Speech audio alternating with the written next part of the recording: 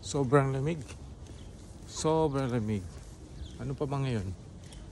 October 19. Sobrang lamig na. How much more pagdating ng December, di ba?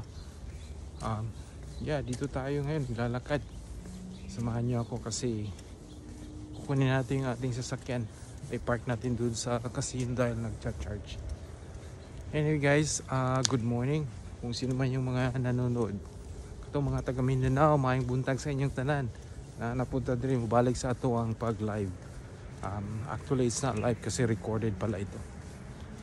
So sa inyo tanan nga nagtanaw o sa walay pag undang sa pagpaminaw sa ato ang mga video, unta maganahan mo. Kung wala pa mo nag-follow ingani, i-follow lang ninyo, okay? Maayong buntag o daghang salamat, okay? So tuloy lang tayo sa paglakad dito. Pakita ko sa inyo yung mga bahay. Ayan guys, so you can see the houses. Aga pa kasi kaya walang taong naglalakad.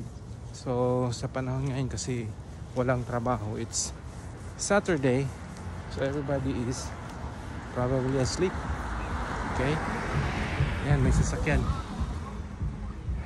Malapit na pala dito mag Halloween kaya tingnan nyo, marami na silang mga Halloween decorations, okay, sa mga bahay-bahay. I think it's gonna be sa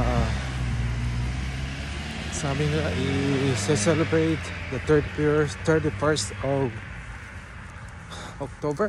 So ayan, so dito may field din tayo dito, yung tinatawag nilang softball or soccer ball field.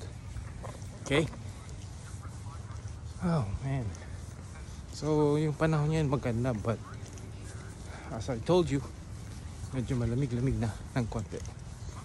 Pero maganda maglakad kasi maganda ito para sa circulation ng ating dugo and our body, para medyo mag-warm up.